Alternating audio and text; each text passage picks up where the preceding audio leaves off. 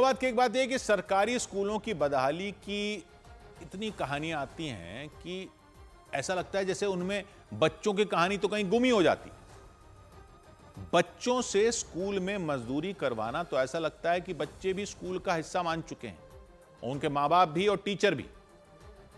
भरतपुर से तस्वीरें आई कि बच्चों से अनाज की बोरियां उतरवाई गई और भी खाना बनाने का जो सामान होता है किचन में, वो सामान बच्चे उतारते दिखे मजदूरों की तरह।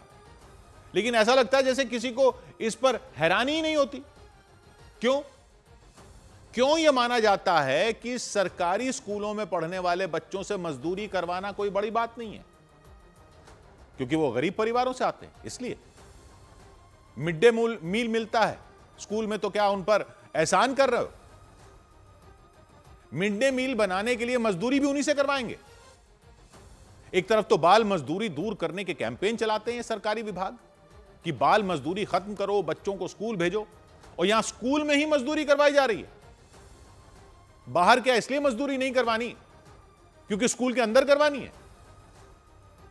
कभी बोरियां ढो रहे होते हैं, कभी घास काट रहे होते हैं, कभी झाड़ू लगा रहे होते हैं, कभी टॉयलेट साफ कर रहे होते हैं।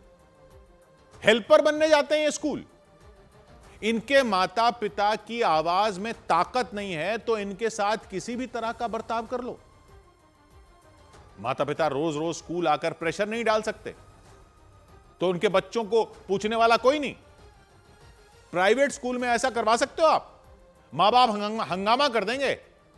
प्राइवेट स्कूल में करवाओगे तो ऐसा हंगामा कर देंगे मां बाप कि स्कूल ही बंद हो जाएगा। तो सरकारी स्कूलों के बच्चे क्या इस देश के बच्चे नहीं हैं?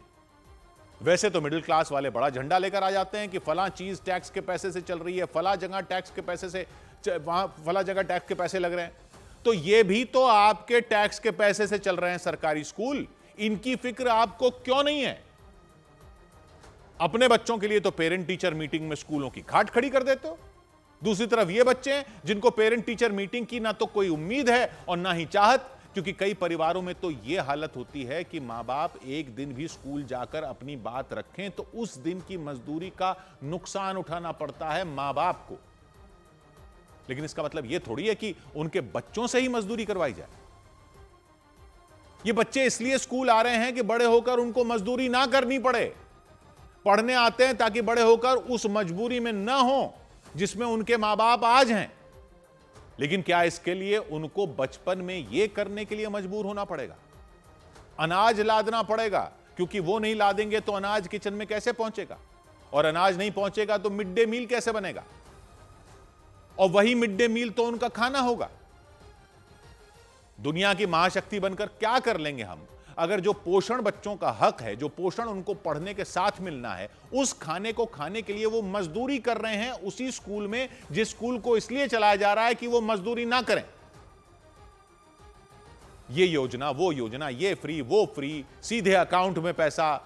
इस सब का क्या मतलब है अगर सरकारी स्कूलों के बजट में हेल्पर रखने का बजट नहीं है? स्कूल की सफाई कौन करेगा? सामान कौन ढोएगा? घास कौन काटेगा? बच्चों से करवाएंगे ये सब। इसी देश में एक बच्चा टेनिस की कोचिंग क्लास जाएगा, दूसरा बच्चा मैदान की घास काटेगा। एक बच्चा नीट की तैयारी करेगा, दूसरा बच्चा अनाज ढोकर मिड डे मील की तैयारी करवाएगा। एक बच्चा आईएएस बनने का सपना देखेगा, दूसरा बच्चा स्कूल का टॉयलेट साफ करेगा। और दोनों गाएंगे सुखदाम वरदाम मातरम वंदे मातरम। 100 बात की एक बात,